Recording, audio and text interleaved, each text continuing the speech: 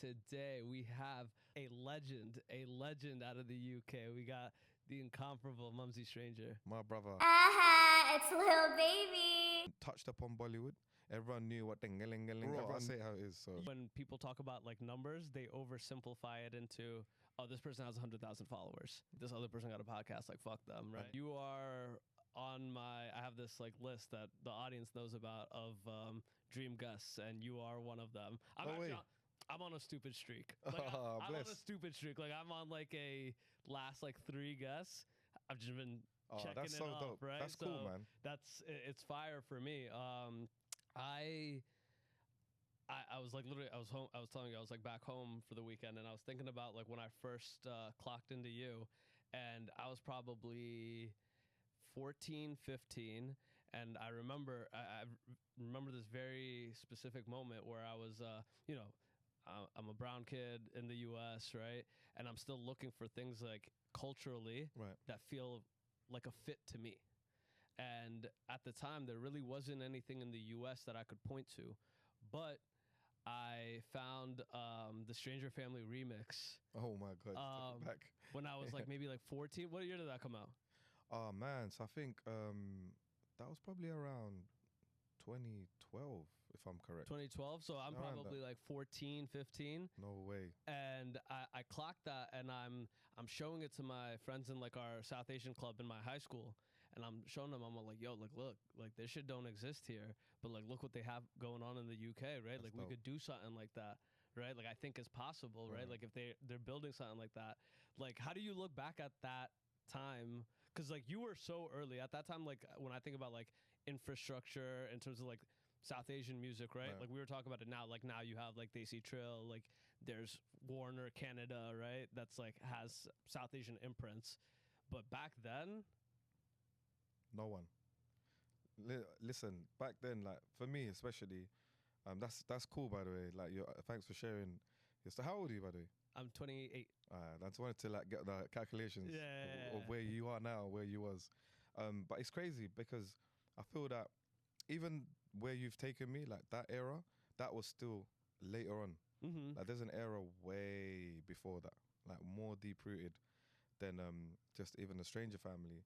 And it's interesting because when I was doing that, like major label, out of the question.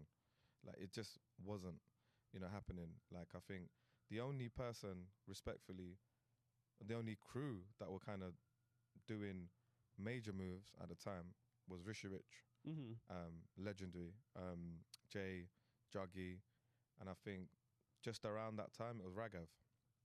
And and I don't want to go back too early before that, but obviously big up Bali Sagu and big up Pachi Indian. These guys were like legendary at the time. But major, nah man, it's like it was unheard of, it was tough, it wasn't even in the question, in the equation.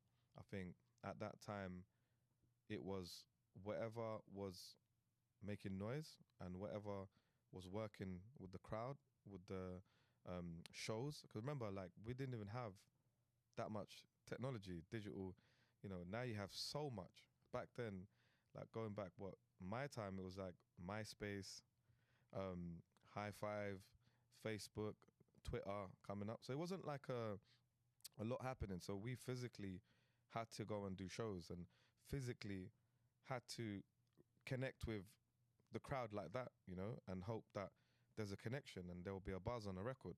And, fun fact about you're talking about Ghetto Fruit Refix, right? Yeah. Fun fact about that song. So that song was just like literally me and Janae. That's it.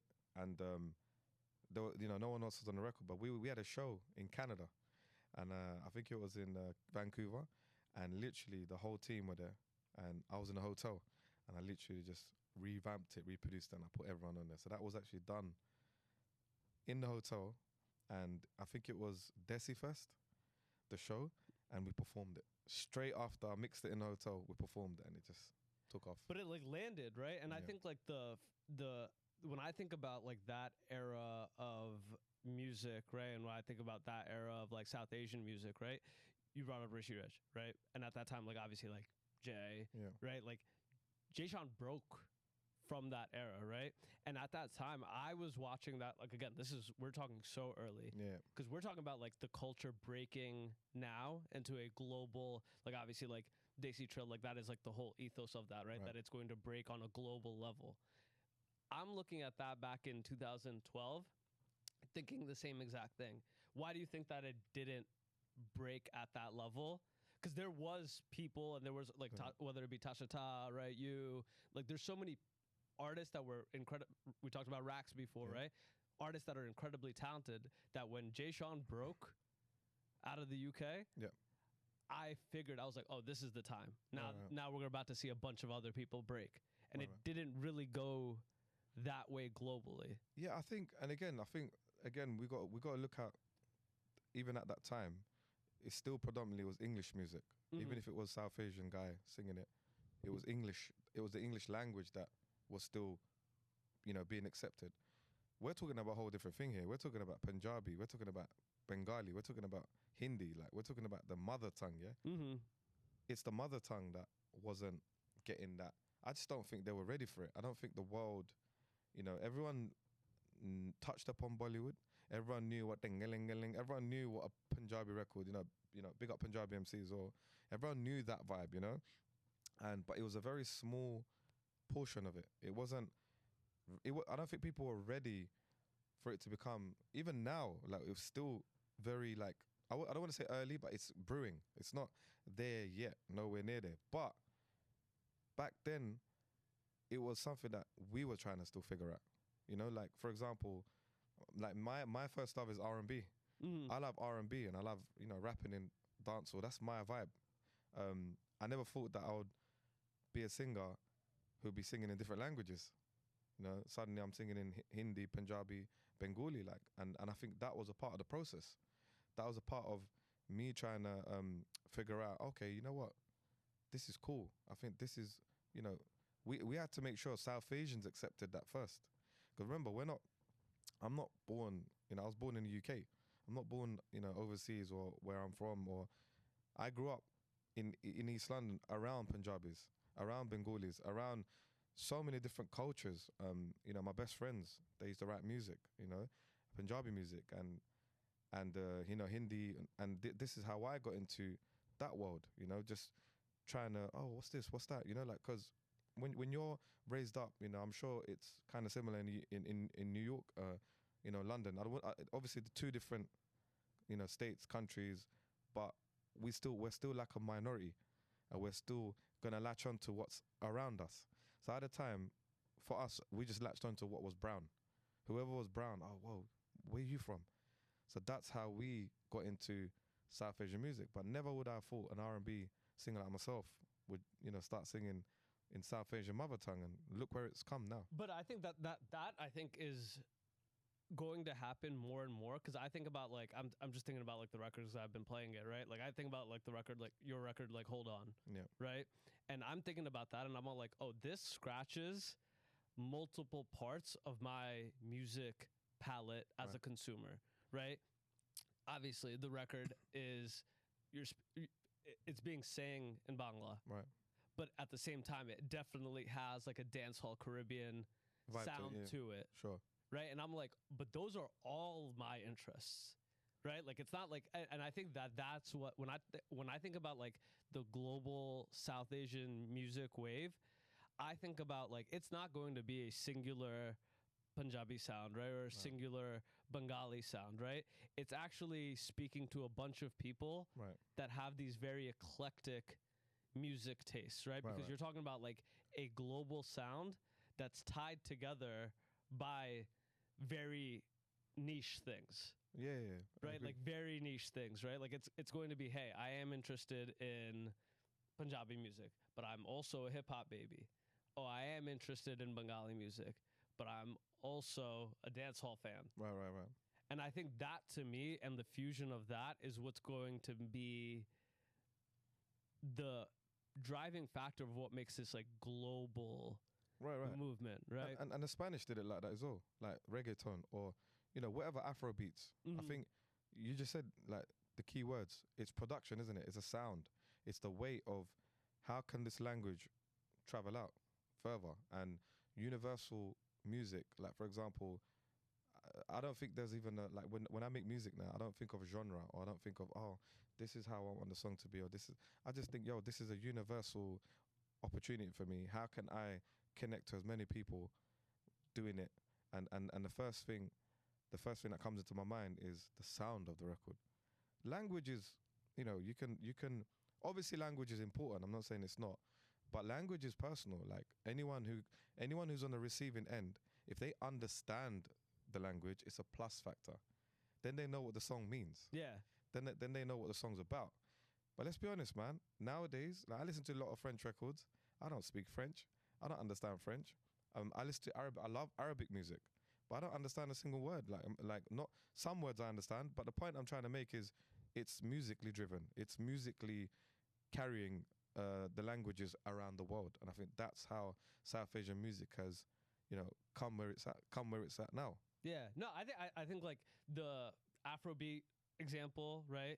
The Latin music example is the best proof of 100%. that, right? Like I don't know a single, like if Bad Bunny is saying something, I don't know any. So he's gone. I'm not thinking about what the lyric actually means, Yeah. but I know what the sound is, right? Right. Like I know, like I'm a fan of the sound. Makes you feel good. Exactly, right? And I even think about like we talked about like Hold On, right? My Bangla isn't like I speak Bangladesh. Hold up, yeah, hold up. Yeah, hold up. Yeah. Like my Banglish is Banglish, right? Yeah, like, yeah. And I'm like, it doesn't matter though, right? Because the sound is hitting what I needed to hit, right? The feeling is hitting what I need to hit. And I haven't shared this on like the pod, but that same time that Shabs came up on the pod, like I meet Tata from Desi Trill like that night at Indo. And he's, I'm asking him, I'm like, yo, like, did you, obviously you're like a godfather of hip hop in my eyes, right? I'm like, did you think that hip hop would be as big as it became, 30 years later, right? And then he's like, nah, like we just loved it. Yeah. But this is about to be bigger, right? And I'm thinking about it, and I'm like, yo, honestly, this is a guy who knows what he's talking about. Of course. Right? 100%. And I think about like the success that like Indo Warehouse has had, right? I think about like the success that like whether it's Diljit or AP, right, have had globally. Right. And I'm like, now there is I would say like an infrastructure of artists kind of ready to take an entire sound. I think it's a movement, bro. Like I think that what a lot of people don't understand, our scene, it was quite disconnected. There's a lot of people who me. It's about me. I want to be the guy on the top. I want to be the guy, at the end of the show performing. And competition and all those things are great, But man, when you're trying to look at the bigger picture, it's the movement. The movement. Like I look at other scenes and I look at other cultures. Yeah, bro, there's a lot of beef and there's a lot of crap. I'm not denying that there's not going to be egos and people are not going to get along. No one's telling everyone to jump on the same bus. But if you look at the from the outside, there's still a movement. People still get on with it, do features, and and I think that was what was missing within the South Asian culture and our music industry and whatever it is. I think now, there's a movement. I feel that there's a lot more support. There's a lot more open collaborations, and a lot of people want to work with each other. And I think that is what is going to build the future for the younger artists that are coming through. It's that pass of saying, yo, it's okay to collaborate. Yo, we can do this together. Some artists you get along with, someone you don't. But music is about collaboration, bro. If you look back and you look at some of the biggest artists in the world, they collaborated. That's how music spread further. You can do your own stuff, which is great, but it's going to go where it will just have you'll hit the ceiling at some point. I think, yo, this will sound the same. I need to rebrand. I need to recreate. But collaboration is a beautiful thing. And I think, like I said, the scene is slowly becoming a movement. And the more it moves and the more it becomes an open passage for everyone, you'll see what happens, man. And I'm glad that you're saying that, because I think that collaboration, although I'm seeing it, I'm still always seeing opportunity for more collaboration across across country, across state. I think like I talk about it with like a lot of like the artists that are in New York. I'm like, yo, I'm glad that you guys have all started to collaborate with each other. That is the starting point, right? Like again, like in the UK scene that you came up with, right? A lot of collaboration there. But the next step and evolution in that is that when Mumzy comes in from the UK to New York, there's a collaboration happening here. Which it is, obviously, like you and Musa, right? Yeah. Like whether it's you and Musa, you and Lyan, right? Like the collaboration is happening. But I do think that there's another level. And when I think about it from a pragmatic business sense, I think about like, why wouldn't you want to connect that market? Right. Exactly. Like the person who's interested in the sound from the UK would probably also be interested in the sound that the South Asian diaspora has to provide from New York. Right.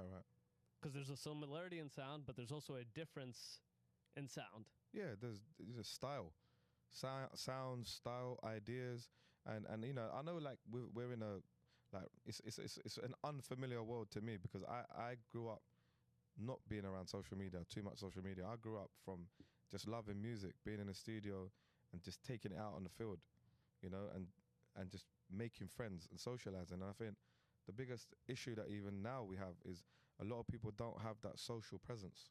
You know, they have an online presence. They have, you know, online numbers, you know, stuff that we can't control. Like we can't control algorithm, we can't control numbers. But one thing we can control is the way we carry ourselves. Mm-hmm. One thing we can control is the way we present ourselves to each other. You know, how do we communicate? How do we make people, you know, believe that this is bigger?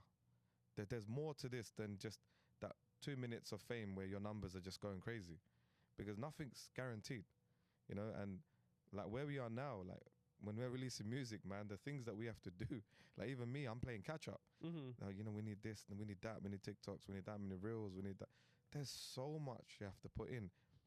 Like, so I look at it and I feel like, yo, this is challenging, but I'm also like, yo, this is quite cool. Like, for example, I posted a post today, and because of technology, that post spreads like wildfire. Mm-hmm. Like it's not just here where I am in you know, New York. It's already gone somewhere else in another time zone, in another country, within a, you know, click of a, you know, a post or click of a button. Like, so for me, I look at the positives of what can happen, and I think what's important right now is changing the mindset. I think the biggest challenge we have today, you know, even me being in the scene or someone who's new, is changing the mindset, learning from each other. And that's what I'm all about. Like for me, I've never tried to, you know, step in the room and say, I know it all. I have all the answers, because I don't. You know, I'm going to learn off you. I'm going to learn off anyone that's ready to, you know, collaborate or give me information, and I'll do the same back. And I think that's the beauty of, you know, even being here with you and speaking about this stuff. I think that you have the same mindset, Rax have the same mindset, and I'm trying to figure out like where, because I do think that there is a disconnect, because I've had the unique experience of getting to talk to like legends like yourself, Right. but then I'm also so early in my journey that I'm also talking to like a lot of my peers that are still figuring it out. And I'm, you know, like I know like you're still like figuring it out on like that level. Yeah. I do think that there is a disconnect though between those two demographics. Right. Like who I look at as like the OGs and like the ones that like really understand like the business at a high level. Right. There's a lot of value in that. But then I also think that there's a lot of value in these like young boys that are just like know the algorithm tricks, know the social media games, right? And I'm like, yo, if we could get more people to talk up and down, Yeah. I think there's more general progress. Yeah. 100%. Like there's, you know, like I think like a lot of times like talking to like, whether it's Dan, right, whether it's Shabs, right, I get a lot more like business game of like, yo, like this is how my business like should, if I'm like trying to be on a global level, what I have to do. Right. But then when I talk to like the 24-year-old kid who's just like an internet fiend, I get, okay, like this is the other stuff that I need to get done. And to me, I don't know if that conversation is happening as frequently as it needs to. It probably like isn't like, and again, it's each individual. Like you have to also be, and this is the way I see it, is you got to be accepting to listen or you got to be willing to give and pass on knowledge. So we have two spectrums, right? So the way I see it, like I'll use Lyan as an example. You know, Lyan, you can bring Musa in the equation. You know, they might see me in a certain way and they might ask me questions of how things were, or they might, you know, ask me, how did you do things or how would you do it? But for me, I'm like, yo, that's all great. Like, I can tell you what happened and I could tell you where I've been or what I've done. But what I can't tell you is where it's gonna go. I can't tell you how it's gonna be. I can't tell you what the numbers are gonna be. So when I get to that stage, me personally, I think this is what you're talking about, that missing gap and, you know, the bridge that needs to connect. And that is that I think people who have a great business mind and who understand certain things, they don't always have the plan. Because believe me, like, they don't even know what they're doing. Like, I'll tell you straight, like I said it earlier, I don't have the answers. I might think I know what the answer could be. So I might be able to write it down for you, put it on a piece of paper, present it so well to you, but I still need someone who's in it, someone who's breathing it right now, someone who has knowledge that I don't have right now. You know, I need that person to reformat this and hybrid it and mix it to execute this correctly so we both can have a better go at where it's going to go. Yes. You understand? And I think that's more important right now. And I think people, you know, and people need to lose egos in both sides. I think there's egos in both sides of that world. I think you have egos in people that are legendary, people that know it all, people that are fixed, are stuck in the ways their mind think. And then you have egos in the younger market. They're like, oh man, I don't need this. I could just do this without caring. Or I could be wild with it. You know, like, I don't need to respect this person. Who is this person? I'm just kind of like, I'm just throwing it out there. I'm kind of throwing the things I see and the things I hear and the things I breathe. I think, I agree.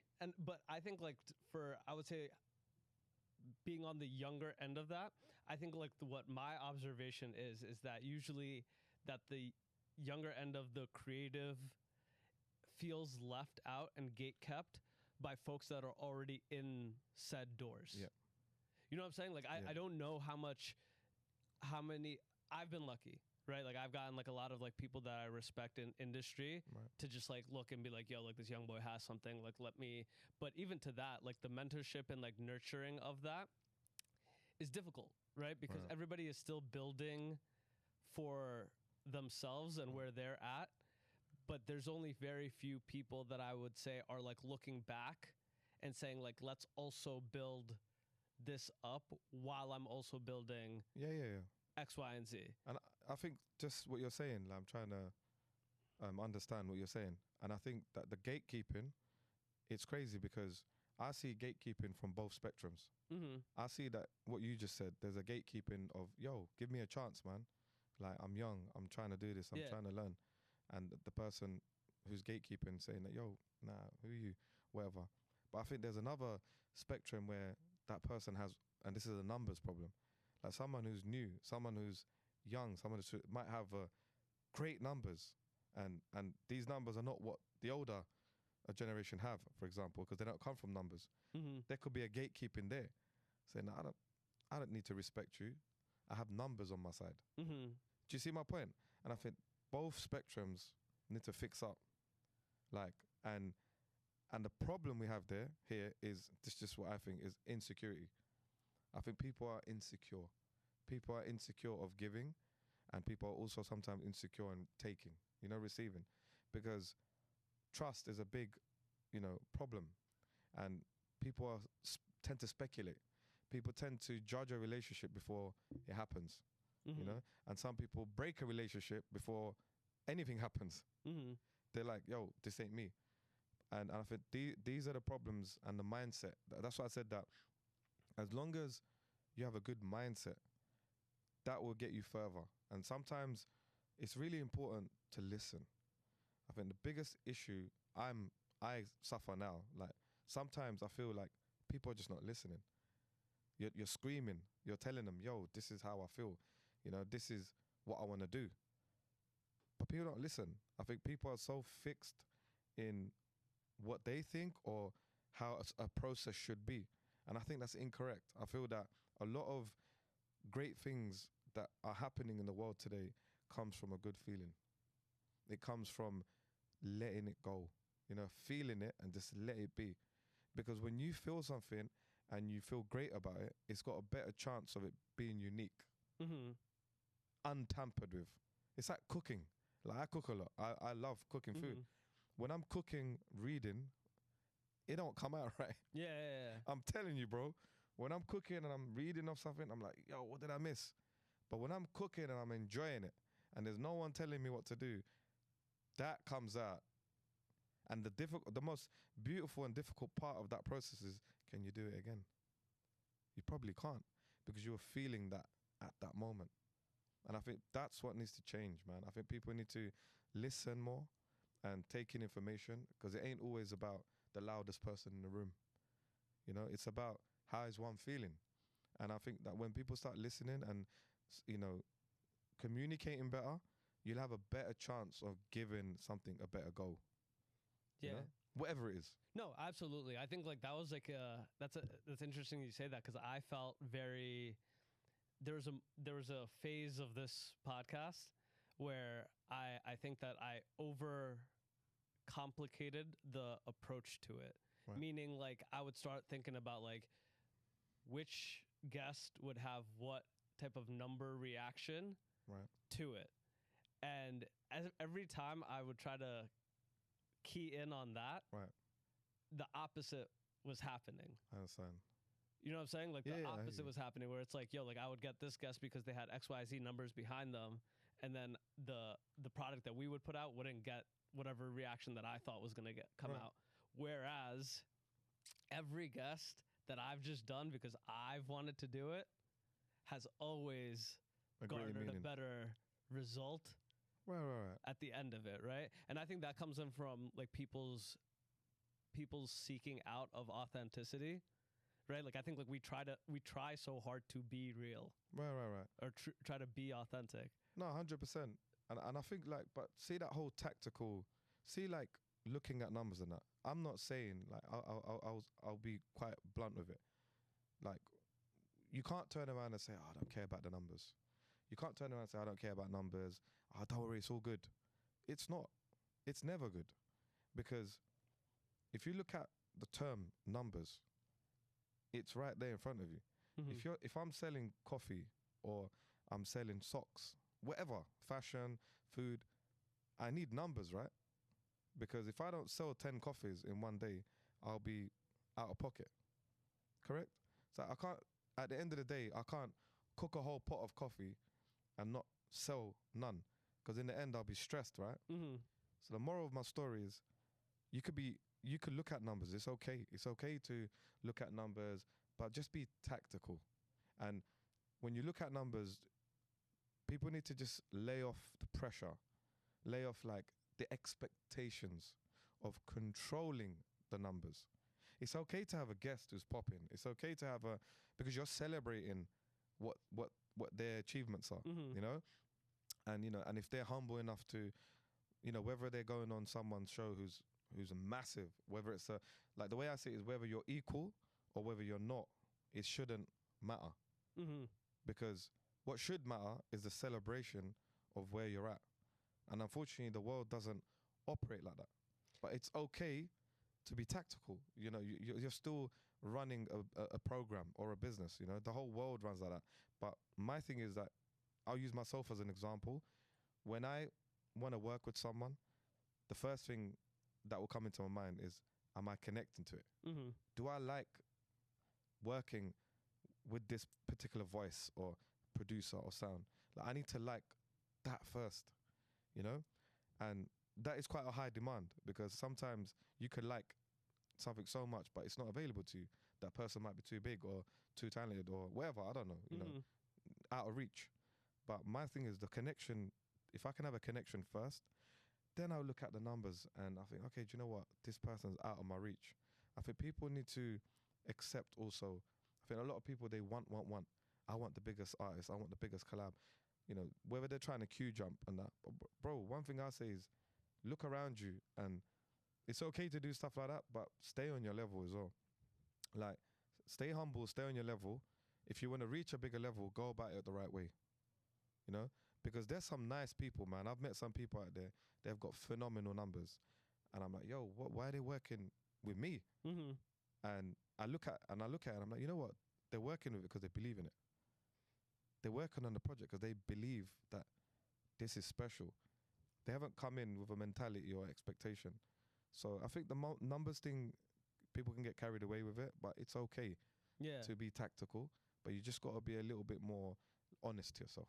Yeah, I think that, like, that to me is like one of like the biggest indicators, right, of that there's truly connection. Because I think about, like, every guest that has done this is bigger than this program at the time that they've done it. Like, I think that I've only truly ever shot up, right, in terms of like people that have already built in audiences or what have you, right? And I'm like, oh, like, this is only being done off of you believing in whatever it is that we're doing here, right? Like, and that to me is like why, like, the numbers focus, although it's important, like, I hear you, important to have. I think when the product is so, like, good, that the right people will inevitably find it. Because I think, like, not only are numbers important, I actually have a further take that, like, people aren't really ready to hear, is that I think most people are reading the numbers incorrectly. I think that the basic level of reading numbers, which is where most of us stop, is what is the following? What is, like, their most recent, like, most viewed views? And I think that is the most basic way to, like, look at numbers. I think it's the easiest way. It's the easiest way to look at numbers, and it's where most brands, businesses, and individuals get caught up. I think somebody who's, like, looking at I am a numbers nerd, that there's certain things, like, outside of, like, Instagram and TikTok, like, we look at it for, like, YouTube, like, a lot. And I can see, when does somebody drop off from listening to this? Yes, there's 1,000 viewers, but how long are these 1,000 viewers viewing the video for? Right? And I think when people talk about, like, numbers, they oversimplify it into, oh, this person has 100,000 followers. And I think that to me is, like, a really, really big trap that I'm not sure that people really understand, that, like, that's a big barrier to, like, why we haven't, I would say, like, escape that, right? Like, I think people's, like, views of the numbers have gotten too simplified too. Bro, that's interesting. See, and just going back to, like, what you just said about, that your guests are bigger and, that you need this and, it builds your brand. I'm looking at it from the other end. Like, I feel that, we make music. I'm a musician, so I go into the studio, I make music. And after I make that song, write it, produce it, record it, I let it go. There's not much I can do for myself after that. So I feel that people like yourself, you're important. Podcasts, radio presenters, influencers, whatever title you want to be called, I feel that it's a circle of life. I feel that, for me, I get excited. Like, for example, if a podcast speaks about me, or if someone shares, like, the person, they could be irrelevant to me, nothing to do with anything, but they used my song. That stuff excites me. That stuff fuels me, and not just that, it humbles me. It makes me feel like, yo, this is the people that A&R music. It's the people. People make everything work. And if you can't value people, there's a problem. But I think that's important that, like, you recognize that, and I'm glad that you said that, because I think that more people should understand that. Because I know, like, you're saying, like, hey, like, I made the music and I put it out. And I think that a lot of artists fall into the camp of, they believe that that is the only thing that they can do. But my argument against that would be, like, no, there is actually a lot more that you can do. You can come on a podcast. You can go on radio. You can engage with somebody who did say something. I'm like, yo, every time that I say something and somebody doesn't reply publicly, I'm like, oh, that's a missed opportunity for you. You're probably looking at it as, like, oh, like, I don't got to respond to this. It's, like, smaller than me. Yes, maybe. but you're also missing that opportunity to engage with somebody who engaged with your art. Right. You're right. Like if somebody mentioned, like I'm waiting, like I like this is not on like some like ego or whatever. Like I want somebody to engage on like a public level. Yeah. Whether they agree, disagree, whatever, right? Not the point, is it? Because that is what drives interest. That is what drives eyes. That you got somebody to actually react to the art outside of the 22 minutes 30 seconds that they listen to the song. Right. And I think that that's like a missed opportunity that I don't see getting taken advantage of in our culture that you see in other genres. Yeah. Like you see that happen in hip hop. There's like narrative storylines. There's real stories being told. The only way that those stories are able to be told is if the artists are telling them. Right. No, I hear that, man. I've always preferred talking in person. Mm-hmm. Like I like to communicate with people. I like to share my story. I like to hear stories. I'm not one of those guys that just kind of like, yo, me, or whatever I put online that's it. I feel that the online version of me is very basic. The version that I show online, and because I'm from another time. Mm-hmm. I don't come from going online and sharing everything. Yeah. You know, and that's, it just feels exhausting as well. Like, you know, when you wake up, yo, I just had a coffee.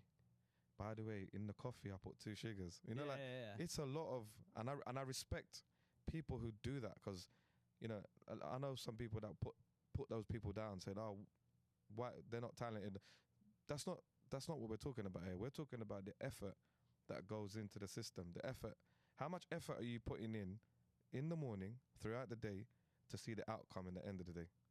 And until you put that effort in, until you try new things or you change your mentality, you're not going to know what you're capable of doing. So in fact, it's changing my mindset. It's changing. You know, I bought a DJI Pocket 3 because I used to blog back in the day, and then I just got lazy. And I recently got one, and man, like, I'm enjoying it. I'm enjoying not filming everything and sharing everything, but I'm enjoying the process. You know, and I'm also learning. I'm learning from whoever's doing something now. Like, and I find that right now, the more you could pick up on rather than questioning it, it's better. Yeah,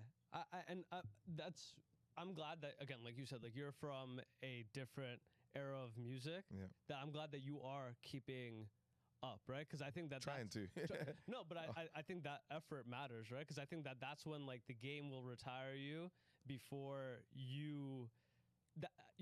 people don't even realize that their time has come and gone because they're too caught up in like, yo, I was the one at one point. Yes, you were the one, but to maintain that position or to even grow from that position takes constant innovation and effort. Right? Like to complain about like what the internet is different from a year ago. Yeah, 100%. The internet from year to year is drastically different. Changing. And it's like, you can't think about like what it was like when you started, right? Like people ask like, yo, like, you know, advice on like, oh, podcasting, or like, oh, how are you able to get those guests or whatever, right? And I'm like, I need you to look at you. Yes, you've been podding for 3 years, but you're podding without video. And that might have worked in 2019 or 18 when podcasting was still a relatively new thing. Right. Now you think your audio only podcast is going to do what a video podcast is going to do? No. The game has evolved in the last 5 years since you've started. Right. So you can complain about it, or you can say, hey, embrace it. This is where the game is now. Right? Like I think that there's, you know, and I've heard that too, where it's like some people say like, oh, like I'm from a different era, right? So like we don't do that. There's a way to adapt who you are and like your principles and still do content, right? And it doesn't have to be the same, like it's sugars or whatever. Yeah, like that's like the basic. Yeah. But it's got to be catered for you as a person, your comfort, you as an individual. Yeah. You know, some people, and another thing that I feel recently that I've kind of discovered, like, yo, some people just don't want to be loud. Like, that's okay, man. Like, some people just don't want to be the loudest guy in the room or scream or shout and tell you what's their favorite drink. Some people just are comfortable just being private, and you got to respect that. You know, some people can do exactly what I do without trying to be the loudest person. But it's just where we are at the moment, the media, the pressures, the you know, the stacks and stacks and layers of things you have to do now to blow a record or to blow yourself or anything, a brand. It's just, I think the pressures of the expectance, these things can really, you know, get to the mental side of a person. And I think that I think some people are really quiet and don't get too into it because they're worried about that mental breakdown. You know? You're saying from like the pressures of having to always be... The pressures of doing everything that someone's doing today, whether you're young or old, to make something work. Like, for example, if me and you know, do something tomorrow, whether it's a song, whether it's a brand, anything, there's nothing going to be different about the way we got to do it. Does it make sense? Because it's the same time zone. We're in the same timeline. Do you know what I mean? Like, yeah. You're not going to go and do something that I can't have access to. I'm not going to do something. There's not going to be... But what I'm trying to say, there's no magic. You're not going to go into the future and find a new app that's going to make your one go more. We just have to find our way to make it work, correct? Yes. Makes sense? And it's what you put in and what I put in that's going to connect, right? But the pressures are the same. And the difference there is there might be a mentality or an age or a blockage of, I can't be bothered. You know? Interesting. I can't be bothered to do this. I actually think it's everybody knows what the steps are. I actually think because the democratization of technology and information, I actually think it matters so much more the individual steps and how well you do each individual step. Right. Like that to me is like the actual, because everybody knows now in terms of like breaking a brand or breaking a song or breaking a podcast. Everybody knows like, hey, I gotta do media, I gotta do marketing, I gotta have. Everybody knows those steps. The manual. The manual. Yeah. But everybody wants to just read the high level bullet points of that manual. And they're missing the in between stuff. They miss, I think, the real difference makers. Yeah. Like the real difference. Like, for example, every artist says, hey, I know I need to do content and media. You know who I think is now doing it like really well? Like he just did, AR just had a song come out. And I was like, oh, this is something, because I haven't seen any South Asian artists do marketing in this way. Right. He's on Twitch. He's on IG Live. He's on TikTok Live. Yeah. And to me, I was like, oh, I don't know how many South Asian artists are doing Twitch. But when I look at Western music, all of those artists are doing Twitch. Right. And it's like, oh, like that is a more deeper dive into I need to do media. Because I think when people look at like I need to do media, we never read the additional pages of the manual. Right. It's like, oh, we think, oh, I'm going to post an Instagram story. And that's enough. The game has changed. Yeah, big time. The game has changed again. And by the time we catch up to that, the game is going to change again. That playing catch up, that's a big job, man. The game is going to change again, right? By the time I put up my systems to even do this, the game is over there. And I think back to our earlier conversation about what keeps us on the edge. It is that bridging between the old guard and the new. Yeah. Like I'm always trying to talk to somebody younger than me, because I'm like, you're probably more ear to the ground than I am, because you're just closer to it. Right. Like you're the market, right? Like, and I think about like who makes up the internet. It's like something I think about a lot. Like who makes up consumerism, and who makes up consumerism to me is always younger people. Right. Like in terms of like who's listening to the music, and like it's like the people that are outside at clubs, places that you're like listening to music. Right. And the only way that you keep up on that and keep a pulse on that is by either being there or having people around you that are just always there. Right. Like obviously, like you have like guys like Lyan, Musa that you've collaborated with, right? And you see where like sound may even be progressing to. Yeah. Are you listening to those guys and seeing a difference in sound? Yeah, I think definitely like for example, sound is an interesting kind of part of the music process. I feel that you can't get too lost in it, and I feel that when people are making music now, there's so much available. So I'll give you an example. 10 people, 10 creatives have the same sample that's available to them. Mm-hmm. The same loop, the same drum, the same sample. 10 people. Mm-hmm. Yeah. Let's maximize it even more. 100 creatives, creating producers, whatever, they have the same sample. It's what that person does with that sample that makes it work. Mm-hmm. Do you see the difference? And that can come from someone who's young with zero knowledge but great hunger, or someone with great knowledge who knows exactly what's going on. So they've already stripped that sample. They're like, yo, I can already hear what I'm doing with this. Mm-hmm. Can you see what I'm trying to say? So where's the beauty in this? It's connecting those two together. You understand? Mm-hmm. I use Lyan as an example.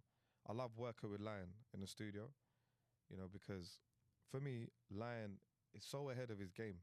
He always has been, and he's always trying to find new things to do, new ways to do it.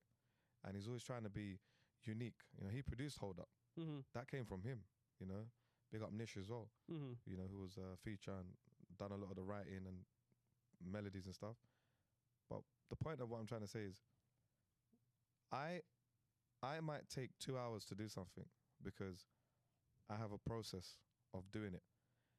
He'll come in and say, yo, you can't take 2 hours to do that, because when you take 2 hours to do this, you've already missed the train.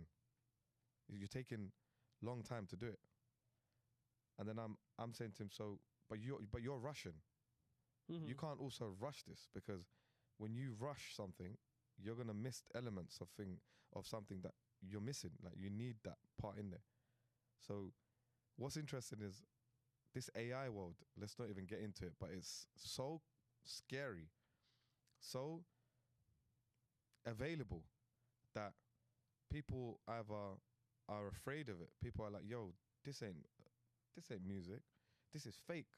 This ain't producing. I don't know how to play the keyboard. They don't know what they're doing. But that's the wrong mentality.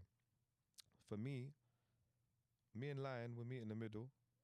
I find ways that he does something with apps and AIs and EQing. Like, he has a certain, because he's bothered. He's gone out that week and gone and figured stuff out. Mm-hmm. Because where he is in his life, where I am, in two different, I'm stuck with family. I've got kids, I have a different responsibility. So I might not sit down for 3 days and trying to figure this particular app out or AI site or whatever. So he's taken a liberty to go and figure it out. So he's already running because he's doing it quicker. So what we do is we get in the middle. He'll do what he needs to do. I'll ask him, how did you do that? He'll tell me how he done it. Then he'll ask me, yo, so wherever you are, I'm not going to give you 2 hours, but I'm going to give you 30 minutes to strip this down and tell me what you have planned and what you can hear. I'll tell him what's in my mind, where I think it should go, and then he'll do the work. So what would have taken longer, what would have probably missed the opportunity, now we're better prepared. So that's how I am working at the moment. This is the way my process is. No, I think that there's something important to take out of that, right? I think that when there is, to take it from music to like even like content or media, right? Long form media, long form podcasting was supposed to be this slow, meticulous interview process, right? Where I'm supposed to be able to get all of these details. But the reality of the current internet is that this conversation is going to have some sort of immediate replay 30-second value. Sure. again, if I focus in on just the one, I'm missing the slowness is missing out on the magic of an incredible larger conversation. Right. But if I'm not catering towards whatever the internet environment is today, I'm also missing out on delivering the message as effectively as it could to a larger group of people. On time as well. On time, right? And I think that that's where people really get lost, right? Because they think that, oh, I can only be one or the other. Right? Like I always make fun of people who do like what I call like microwave interviews. Yeah. They see an artist at like, the man on the street, they see the artist on the interview, they just quickly ask them, though, like, okay. Like, what's your like top three artists? Microwave interview, Yeah. That's mad. Yeah, like top 3 artists. And then, you just give me the top 3 artists and then I clip that up. And I'm like, yes. Did you get a viral video out of that? Yes, but it's not slowed enough for it to be memorable. Right. There's not enough information. There's not enough information to be memorable. Right. Like, how many dime a dozen interviewers there are like that? There's hundreds sprinkled through Instagram and TikTok. But when you come up, like if that's all I was offering, you wouldn't sit down. No, Shabs wouldn't sit down. I hear that. You get what I'm saying? Yeah, I hear that. And it's like I look at like the service that we like provide here, right? Obviously it's a program and it's a platform, but it's also the service that we provide of like, hey, I need to be able to chop up what the game that me and you have. My responsibility after this show is to make sure that this is being disseminated to a larger audience. Right. So all the game that Mumzy gave in an hour, some kid who doesn't have the capacity to sit and go for an hour is going to get it in 1:30. Right. When I deliver it to him, right? And I think like that's that disconnect, or like I wouldn't say like disconnect, but that arrogance in like creatives. It's like, oh, my way is the only way. Yeah. I understand. We get lost in that, right? I think like you being able to meet Nish or Lyan at their creative process, but also not just completely adapt to it. Say like, hey, I'm gonna do this in 10 minutes. Yeah. And sometimes it's the mood. People forget, man. I think the way you feel and the way your mood is, it's a key factor of how well. Like I've sat in a session and I'm lost. I've sat in the back of the chair and I'm like, my brain's gone. I'm not even thinking. But then I've come in because I'm in such a great mood. I'm like, done what I had to do. And everyone's like, why are we here? Mm-hmm. Why did you even call us? You kind of done this yourself. I'm like, yeah, man, but it's to do with the mood. It's how you feel that minute. And again, that's me, but I think the recipient has the same mental mindset. So someone who's watching the podcast, they're only going to pay attention to something that they are relating to. Mm-hmm. So you have to create pockets for the listener, for the recipient. You have to allow them to choose what they want to hear and what they want to see, correct? Yeah. Music as well. Like, I know that, we have streaming platforms, Spotify, and we have all these musical streaming platforms, but people just listen to that same 10 seconds on TikTok, same 10 seconds on Reels, and they're good with that. They're full. They hear the hook, they're done. Or they hear that certain part that was an accident on the post, but they like that more than your song. I'm just giving you an example. Same with your podcast. So I feel that, but that's more, I think right now, that's just, people are greedy for information. Their mindset, they want everything. It's like when I used to watch TV back in the day, I don't even need to go that far. Let's talk about Netflix, man.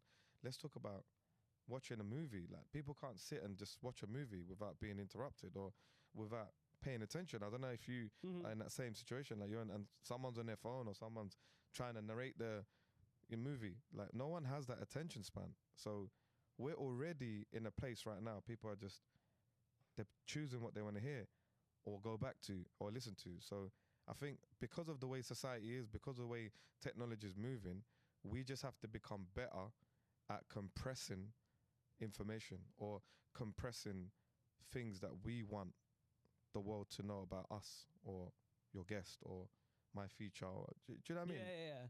And I think compressing it is one aspect of it. I also think like it's our job as creatives to also try to make things last longer. Longer, right? You know what I'm saying? Like I think that the quality of it, right? To make it like last longer, right? To make, because I see so many artists that, you know, they might spend like 3 months on a singular song, and then when they put the song out, it as soon as they hit go, that's it. Yeah. And then it's like, yo, you just worked 3 months on getting it to a listener. Yeah. It's your job now to make that song last as long as possible. Yeah. Now, I'm not saying, like, you know, not every song is built the same. Some songs might last like a month. Some songs might last like 30 seconds. Yeah. But it's your responsibility to your art to try to make it last Longer. as long as possible. Right. And I think that because, again, like people think that like, oh, I got to just put out a song every single day. That's one avenue you could, but if the song is amazing, it should last. Yeah. I hear that. Right. And I don't think that like from an artist perspective, like people are giving their own art enough time to like really develop into that. Right. Because I think like they, you know, you have an emotional attachment to the music because it's your music, right? But it's also your responsibility to identify, hey, is this a hit? Because if something is a hit, like if you go in the studio and you believe in a record, everything, because what is a music video? It's you just trying to make that record last longer. And just look right. It's just like an image, isn't it? It's like a feeling. It's an image that you're trying to provide to somebody, right? Because when people talk about like, you know, like something in music is like a song of the summer, what does that mean? Yeah. It just means that song lasted longer than the one day that it came out. It lasted for June, July, August, September. That period. Right? And I think that like because everybody's been made to feel like, hey, I got to put out something daily because this influencer or this person is doing it daily. Right. It's like, yeah, that's an approach. Another approach is make your art like last. Yeah. Like make incredible, timeless art, right? And try to make it as last as long as possible. Do you look at anybody like in music today that you're kind of looking at it and being like, you know, whether you're just a fan of the music or just fan of like how they're marketing the music, like somebody you are like, oh, like they're up next or they're like, it's crazy because like I look at, obviously there's loads of artists and loads of people that are doing their thing, but I don't like to, and this is quite weird, like I don't get stuck looking at someone else's process, because I find that when you look at someone else's process and you look at the ways that person's doing it, you automatically start thinking, damn, is that what I need to be doing? Is that how I need to be looking? Is that what I need to do? You know, like, so that stuff, I find that for a lot of artists, it can be quite jarring. What I have been paying attention to, sometimes I'll go and look at the playlist and I look at, yo, let me see what artist is doing what. And I listen to the music and I'm like, yo, this sounds great. So I listen to the song first. So my process recently, just, you know, I listen to the song. I don't look at it before I listen to it. Because if I look at something, I've already missed hearing it. Because I've judged it already by looking at it. So I've missed a huge part of what it is. It's like, I'm trying to eat something. I'm sure you've had this. And you look at it and you're like, I'm not going to get this. Because it looks horrible. Or let's not even go that far, horrible. But how do you know how it tastes, man? If you ever put it in your mouth, like, or what's in the flavors, like, correct? No, I think people do that with like to the numbers conversation. Yeah. Somebody will look at the numbers that somebody has and be like, I'm not going to listen to it because they only have 2,000 followers, or I'm not going to watch it because they only have 5,000 followers. It's like you haven't even, but if I just put this music in front of you and had you listen to it and didn't tell you who the artist was or how many followers that they had, then you can objectively hear the record. Right. I hear that, man. Do you know how I've been finding music? I've been listening. I'm a background listener. So I'll listen to something that has nothing, that the visual that I'm listening to it from has no connection. So you know you get posts where people are just using their favorite sound or their favorite song. That's how I find music nowadays. So I might hear it in a food place, or I might be going through TikTok or go, oh, what's that song? Boom, might be a dancer. I find a lot of good music through dancers. Like, you know, I follow a lot of choreographers, and because I feel that choreographers and dancers and people that feel music, they know about playlists. They know, bro. So, like, I always say DJs, choreographers, best A&Rs. DJs is the go-to, right? Yeah, like DJs and choreographers, best A&Rs. Yeah. DJs are go-to, but sometimes DJs can be stuck in a genre. So DJs are cool, but sometimes I feel that with DJs, it can be just all Punjabi or it could be all house, or so sometimes it's not my taste. I feel like, and it's not like back in the day where someone's playing 500 different songs. You know, if you're a certain sounding DJ, then that's what you're gonna do in your live shows, correct? Yeah. And that's who you are.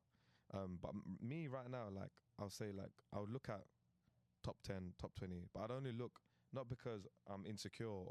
I just look for just research, just to, and it's more what I'm more interested in is the sound, you know.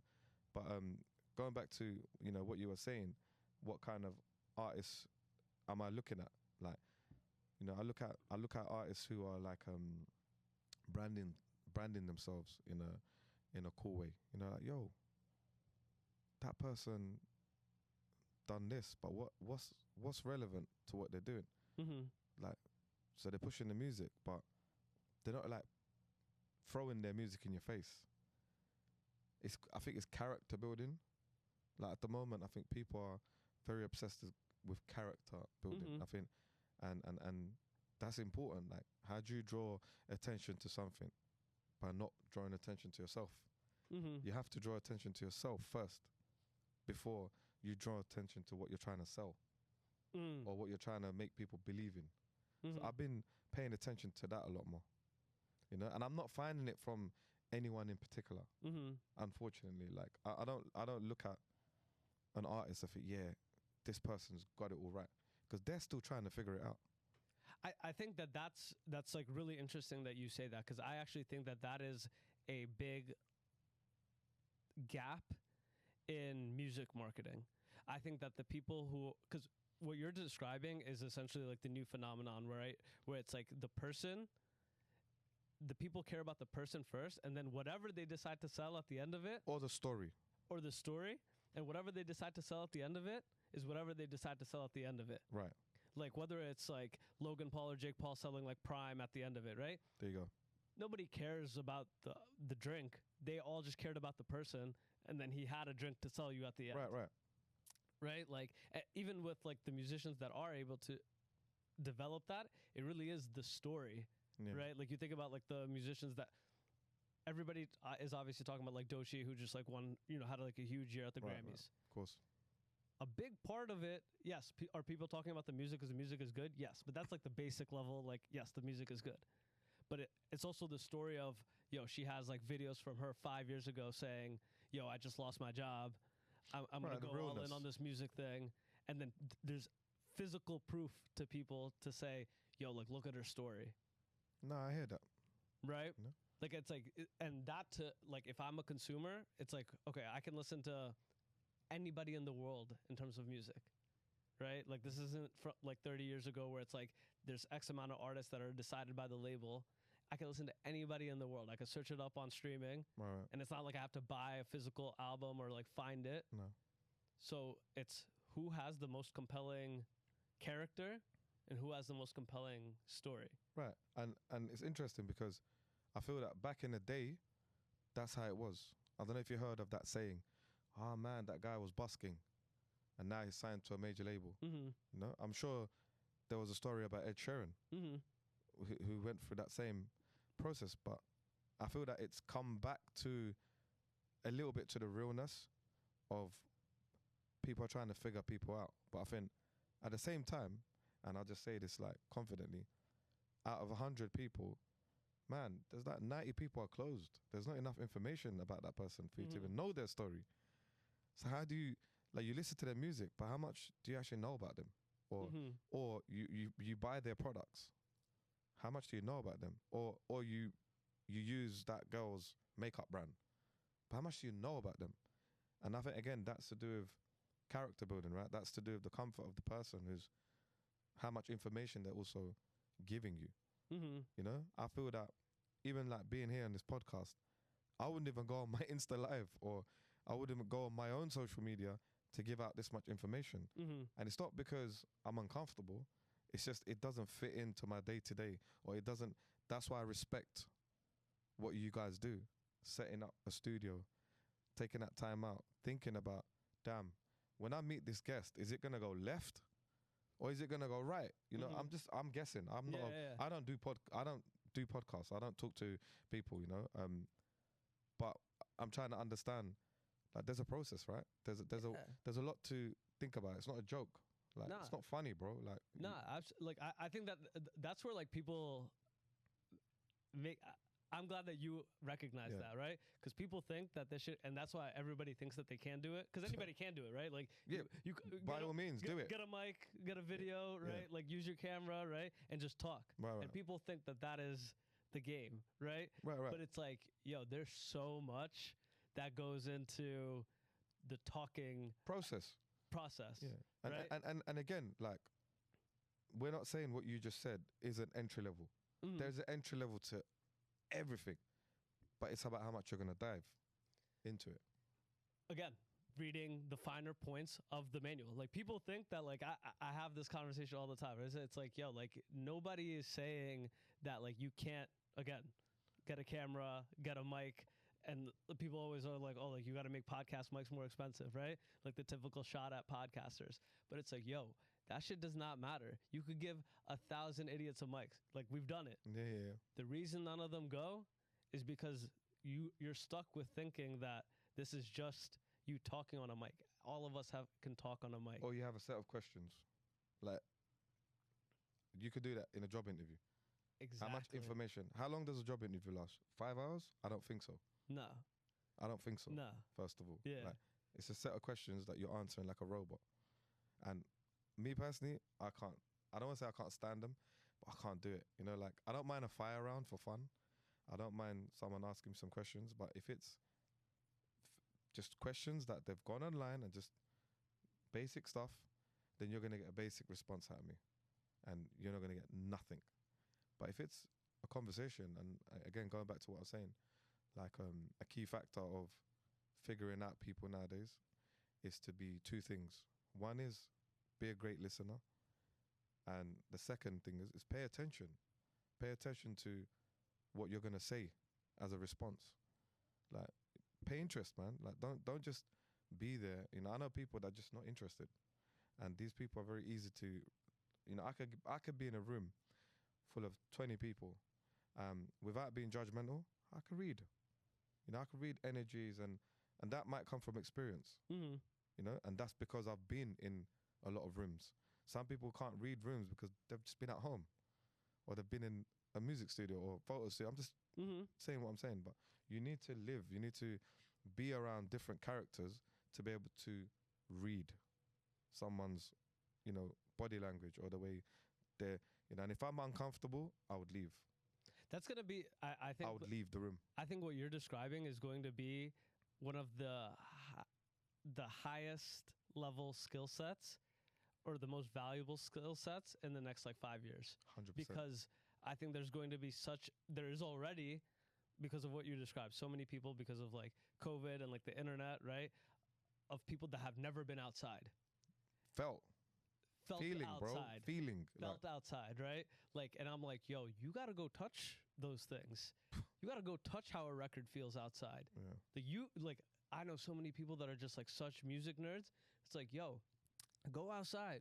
See how your record feel outside. Yeah. Like, I'm like, yo, you know why? Like, again, like, I'm always able to tell you what's going to be hot in about like a month.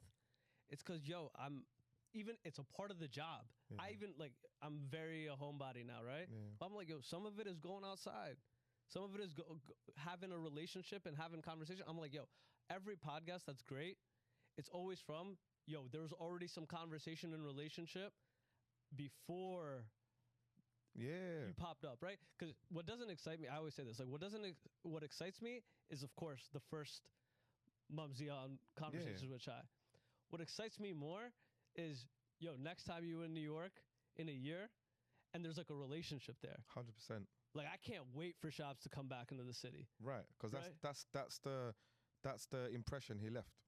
Exactly, right? Correct? It's a big factor. Big factor, right? Because I'm like, there's so many people that think that the part of the gig is like, again, I'm going to look at a person I know on Instagram. I'm going to DM them to come up on my pod.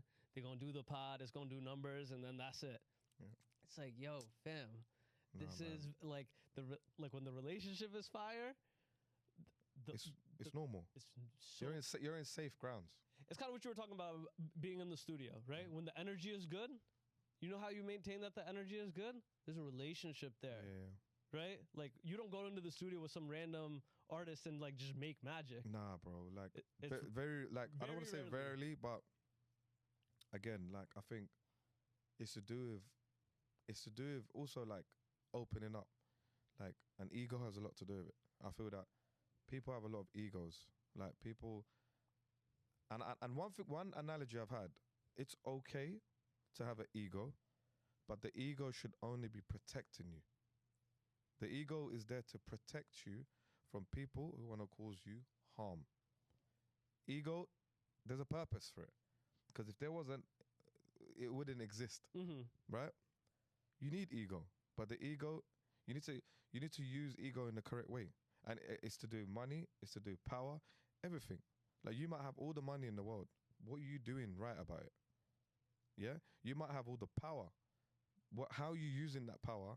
And again, I'm not saying, become the saint, become the, I'm not talking about that. I'm saying the word change is so powerful, For me, ego. Like if someone has a certain ego and there's a barrier, and I see the chest out and I'm seeing something, I'm already threatened. Or shall I say they're threatened? Mm-hmm. I'm not threatened because I'm not the one chesting it out. I'm not the one saying, I'm me, man. Move. I'm not doing that. So I think a lot of that comes from insecurity and a lot of it comes from people just being greedy. People don't want to share. People don't want to eat in the same place, off the same plate. They just want to, if they could take from you though, they'll do that. Absolutely. The conversation, I guarantee my heart, if it evolved a little bit more and they found something about you that's beneficial, the energy would change. Absolutely. And I've met people like that, bro. Like I've met people like that, and again, they're there for a reason, It's learning. Yeah. Rax when he was in that, because that's like he was just like, is that like a New York thing? He's just like, everybody just lead with what they do. Yeah. And I was like, kinda. Yeah. Right? It's like, because you see like how people I've been in New York for such a long time, right. And I've been outside for such a long time that I knew a lot of people ahead of time. Wow. And all those people now, as soon as I started doing something, the energy just changed. Of course. It's like I've known you for 3 years. Like you've known of me for 3 years. But now because there's things and there's connections, right? Like the energy is so different. Yeah. And like I'm so back to like ego. It's like, I'm glad that like I do have a certain level of ego and respect for myself where I can't, it doesn't even matter that you're nice to me or like all of that, right? I can clock it. I can be grateful for it, but I still got to understand what this is. Right. Mumzy, we're wrapping up, but I end every podcast with a segment called Call Your Shot. It's basically my version of like manifesting, goal setting. So you say something on this pod, you go out and do it. Next 1 year, 2 years, 3 years, I'm able to clip it up and send it to you once you get that shit done. Right. Because I know that you will, whatever it is, that you will get it done, right? So Mumzy Stranger, call your shot. What do I see myself doing, yeah? Yeah. You know what, bro? Like, I think right now, I would like to create some brands. Like I think it's time for me to branch out and create different brands, whether it be, like I said, I don't know where it's going to be, what it's going to be, but because I do music and that's my thing, right? But I think it's time for me to branch out, do other stuff, experiment with other things. Food might be a part of it. I don't know. Mm-hmm. I'm just saying. That's one thing. But definitely the second thing is I wanna give back to artists and just people generally. I just want to give back to people who find it really difficult to express their talent or express their, you know, what they want to do. So I want to create a platform or something, you know, where that it helps others think in a better way.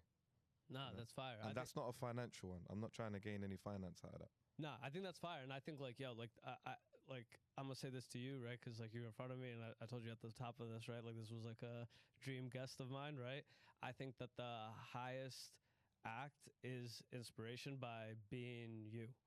I think like the work that you've done, right? Like I can't really, I'm gonna fuck up like verbalizing it, right? But just seeing another Bengali, even if it was in the UK, even the age, borders, all of that separating me to you, seeing somebody fulfill their artistic purpose, even at 14, 15, put some seeds into my mind that continued me along this path that brought me here 14 years later. That's dope. You know what I'm saying, bro? Yeah. Like, I appreciate that, I get the physical wanting to give something back, right? But you've already done so much through creation, through your art, right? Just seeing somebody achieve at the highest level of their own artistic purpose inspires everybody who's watching. Bro, I appreciate that, and I'm proud of what you're doing, and I'm proud of what everyone's kind of, anyone that's spreading a platform and anyone who's taking time out,